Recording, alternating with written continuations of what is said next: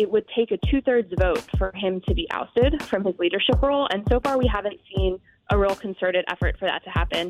Sources on the committee tell me he still has, well over the 1/3 margin he needs to stay in power. Hi there, it's WAMC News Director Ian Pickus.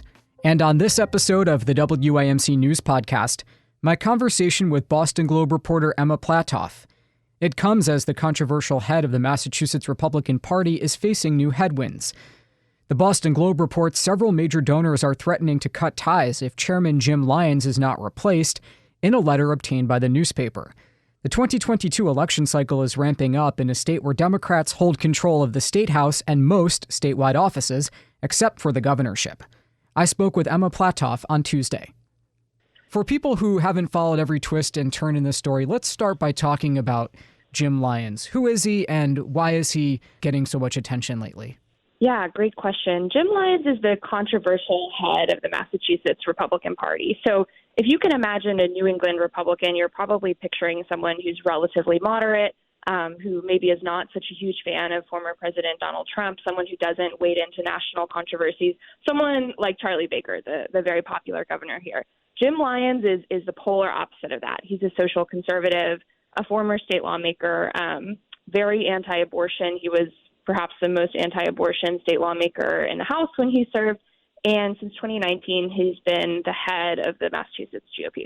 And why has he drawn ire from Republicans and Democrats, frankly? He's been unpopular or controversial for some time. There are those who say he's leading the party into controversial a direction, that the Massachusetts GOP should sort of follow the winning model of a Charlie Baker type figure and stay more moderate.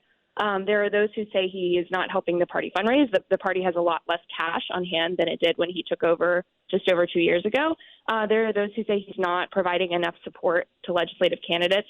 But the most recent controversy happened a little over a month ago when Deborah Martell, who's a member of the 80-member Republican State Committee, that's the panel that governs the party here, was revealed to have sent anti-gay emails about a Republican congressional candidate. And very soon the spotlight turned from her to Jim Lyons, and there were those calling for him to more forcefully condemn the anti-gay language she had used. He declined to do that. He said he would not bow to cancel culture and that, religious freedom was an important tenet of the party. And that's only sort of deepened his trouble within the state.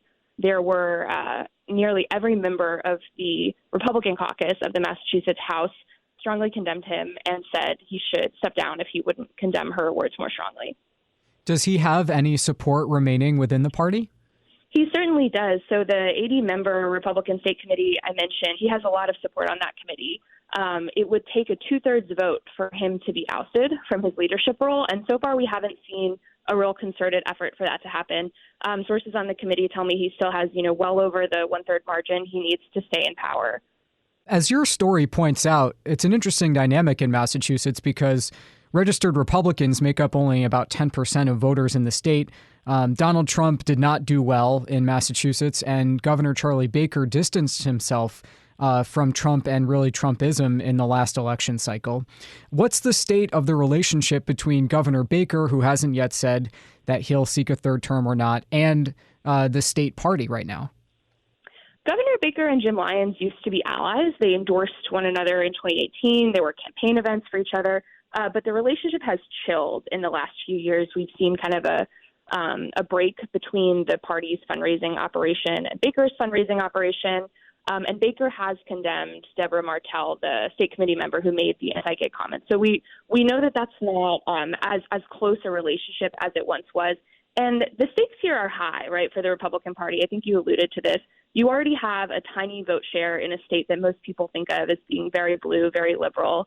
You have dwindling fundraising. You have dwindling power in the legislature. It's a make or break moment for the Massachusetts Republican Party to stay relevant. And so the big question for them is, which horse do you bet on, right? Do you lean into this sort of social conservative direction that Jim Lyons is taking the party in, or do you go all in on a more Charlie Baker-like approach, staying moderate, staying out of national controversies, compromising, that kind of thing?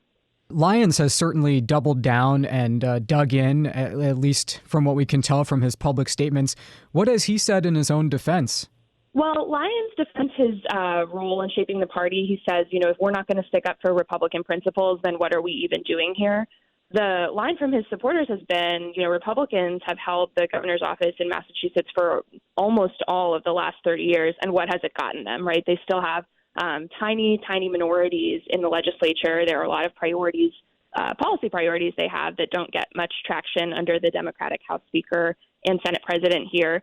So they're pushing more for the Lyons direction. They're saying, we need to stand up for what we believe in, and we can't just keep electing what they would probably describe as a rhino, a Republican in name only, someone who's too willing to compromise, who's too moderate.